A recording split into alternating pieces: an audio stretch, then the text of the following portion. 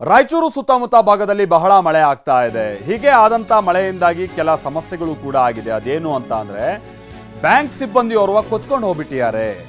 ಫತೇಪುರ ಗ್ರಾಮದಲ್ಲಿ ಬಸವರಾಜ್ ಅನ್ನುವಂತ ವ್ಯಕ್ತಿ ನೀರು ಪಾಲಾಗಿದ್ದಾರೆ. ಬಸವರಾಜ್ ಒಂದು ಖಾಸಗಿ ಬ್ಯಾಂಕ್ನಲ್ಲಿ ಉದ್ಯೋಗಿ ಆಗಿದ್ದಾರೆ ಅನ್ನುವಂಥದ್ದು ಗೊತ್ತಾಗ್ತಾ ಇದೆ. ಹಳ್ಳ ದಾಟೋಕ್ ಮುಂದಾಗಿದ್ರು. ಈ ಸಂದರ್ಭದಲ್ಲಿ ನೀರು ಬಹಳ ರಭಸವಾಗಿ ಹರಿತಾ ಇತ್ತು. ಒಬ್ರಲ್ಲ ಇಬ್ರಲ್ಲ 9 ಮಂದಿ ಕೊಚ್ಕೊಂಡು ಹೋಗಿದ್ದಾರೆ. ನೀರಿನ ರಭಸ ಹೆಚ್ಚಾಗಿ 9 ಮಂದಿ ಕೊಚ್ಕೊಂಡು ಹೋದಂತ ಸಂದರ್ಭದಲ್ಲಿ 8 ಮಂದಿ ಈಜಿ ದಡ ಸೇರಿದ್ದಾರೆ ಅದೃಷ್ಟವಶಾತ್. ಆದರೆ ಬಸವರಾಜ್ ಅವರಿಗೆ ಈಜಿ ದಡ ಸೇರೋದಕ್ಕೆ ಸಾಧ್ಯ ಆಗಲಿಲ್ಲ ಅಂತ ಕಾಣಿಸುತ್ತೆ. ಅವರಿಗಾಗಿ ಹುಡುಕಾಟ ಮುಂದುವರೆದಿದೆ. ರಾಯಚೂರು ಗ್ರಾಮೀಣ ಠಾಣಾ ವ್ಯಾಪ್ತಿಯಲ್ಲಿ ನಡೆದಿರುವಂತಹ ಘಟನೆ ಇದು. ನಮ್ಮ ಪ್ರತಿನಿಧಿ ಭೀಮೇಶ್ ಪೂಜಾರ್ ಇದಕ್ಕೆ ಸಂಬಂಧಪಟ್ಟಂಗೆ ಒಂದು ವರದಿ ಕೊಟ್ಟಿದ್ದಾರೆ, ಬನ್ನಿ ನೋಡ್ಕೊಂಬೋಣ.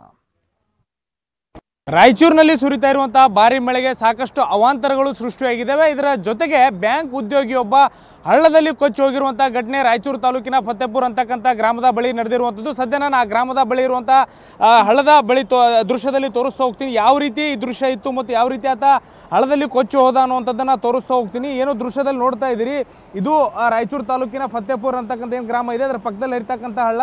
ಈ ಸೇತುವೆ ಕಿರು ಸೇತುವೆ ಇದೆ. ಇದರ ಮೇಲ್ಭಾಗದಲ್ಲೇ ನಿನ್ನೆ ಬಸವರಾಜ್ ಅಂತಕ್ಕಂಥ ಬ್ಯಾಂಕ್ ಉದ್ಯೋಗಿ ರಾಯಚೂರಿನಿಂದ ತಮ್ಮ ಊರು ಅಂದರೆ ಫತೇಪುರ ಗ್ರಾಮದ ಬಳಿ ಬರ್ತಕ್ಕಂಥ ವೆಂಕಟಾಪುರ ಗ್ರಾಮಕ್ಕೆ ಹೋಗ್ತಾ ಇದ್ದೆ. ಈ ಸಂದರ್ಭದಲ್ಲಿ 7 ರಿಂದ 8 ಜನ ಆತನ ಜೊತೆಗಿದ್ರು ಅನ್ನೋಂಥ ವಿಚಾರ ಕೂಡ ಗೊತ್ತಾಗ್ತಿರುವಂಥದ್ದು. ಎಲ್ಲರೂ ಕೂಡ ಎಲ್ಲೊಂದು ಕಡೆ ಹಳ್ಳ ತುಂಬಿ ಹರಿತಾ ಇತ್ತು. ಈ ಸಂದರ್ಭದಲ್ಲಿ ಹಳ್ಳವನ್ನು ದಾಟಲಿಕ್ಕೆ 8 ಜನ ಮುಂದಾಗಿದ್ದರು. ಆ ಸಂದರ್ಭದಲ್ಲಿ ಒಬ್ಬರನ್ನೊಬ್ಬರು ಕೈ ಹಿಡಿದುಕೊಂಡು ಹಳ್ಳ ದಾಟುವಂಥ ಸಂದರ್ಭದಲ್ಲಿ ಬಸವರಾಜ್ ಏನಿದ್ದಾನೆ ಈತ ಅಪ್ಪಿತಪ್ಪಿ ಕೈ ಜಾರಿ ಹಳ್ಳದಲ್ಲಿ ಕೊಚ್ಚಿ ಹೋಗಿರುವಂಥದ್ದು ದೃಶ್ಯದಲ್ಲಿ ನೋಡ್ತಾ ಇದ್ದೀವಿ.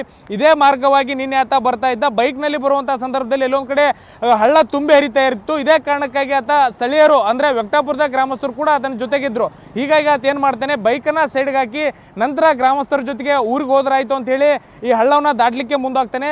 ದೊಡ್ಡ ಮಟ್ಟದಲ್ಲಿ ನಿನ್ನೆ ಇದು ತುಂಬ ಹರಿತಾ ಇತ್ತು ಅನ್ನುವಂಥದ್ದು. ಸದ್ಯ ಆತನ ಪತ್ತೆ ಇನ್ನೂ ಗುರುತು ಸಿಕ್ಕಿಲ್ಲ, ಎಲ್ಲಿ ಹೋದ ಅನ್ನುವಂಥದ್ದು. ಹೀಗಾಗಿ ಹಳ್ಳದಲ್ಲಿ ಸಂಪೂರ್ಣವಾಗಿ ಸ್ಥಳೀಯ ಗ್ರಾಮಸ್ಥರು ಈಗಾಗಲೇ ಘಟನಾ ಸ್ಥಳಕ್ಕೆ ಬಂದು ನಿನ್ನೆ ರಾತ್ರಿಯಿಂದಲೂ ಕೂಡ ಶೋಧ ಕಾರ್ಯವನ್ನು ಸದ್ಯ ನಡೆಸ್ತಾ ಇರುವಂಥದ್ದು. ಈ ಬಗ್ಗೆ ಮಾತನಾಡಲಿಕ್ಕೆ ನಮ್ಮ ಜೊತೆಗೆ ಅವರ ತಂದೆ ಇದ್ದಾರೆ, ಬಸವರಾಜ್ ಅವ್ರ ತಂದೆ. ಅವ್ರನ್ನ ಮಾತಾಡಿಸುವಂಥ ಪ್ರಯತ್ನ ಕೂಡ ಮಾಡ್ತೀನಿ. ಸರಿ ಹೇಳ್ರಿ, ಎಲ್ಲಿ ಹೋಗಿದ್ದ, ಏನು ಕೆಲಸ ಮಾಡ್ತಿದ್ದು, ಏನಾಯ್ತು ರೀ ನಿನ್ನೆ? ಬ್ಯಾಂಕಿಗೆ ಹೋಗ್ತೀನಿ. ಬ್ಯಾಂಕಿಗೆ ಹೋಯ್ತಿದ್ದ. ಊರಿಗೆ ಬರೋಕಾಲಕ್ಕೆ ಎಲ್ಲರೂ ಇದ್ರಿ. ಅಲ್ಲಿ ಮಠದಲ್ಲಿ ಗಾಡಿ ಬಿಟ್ಟು ಬಾಪ ಅಂತ ಹೇಳಿದ್ರಿ. ಮಂದಿಗೆ ನಾವು ಕೇಳಿದೆ, ತಮ್ಮನ ಕಾಲದಲ್ಲಿ ಏನಪ್ಪ ಅಂದರೆ ಇಲ್ಲ ಬೇಡ ಮಂದಿ ಜಗ್ಗ್ಯಾರ ಅವ್ರು ಕೂಡ ಬರ್ತಾನ ಅಂತ ಹೇಳಿದ್ರಿ. ಬೇಡಪ್ಪ ಇಲ್ಲ ಕಳಿಸ್ತೀವಿ, ನನ್ನ ಅಣ್ಣನ ಕಳಿಸ್ತಾನೆ ಬೇಡ ಅಂದ.